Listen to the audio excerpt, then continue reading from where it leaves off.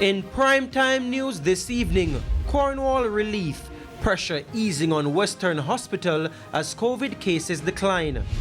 Honor your commitment, Bernard Lodge farmer urging SCJ to stick to its obligation in helping with relocation efforts.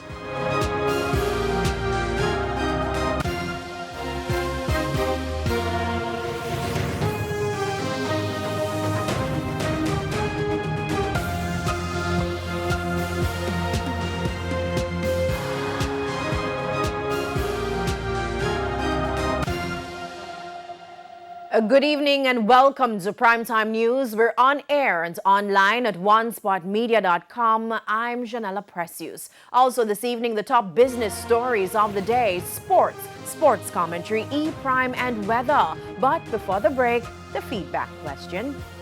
And this evening we're asking, do you believe climate change is a major challenge facing Jamaica? Give reasons for your answer. You can share comments online, facebook.com/Television Jamaica and tweet us at Television Jam.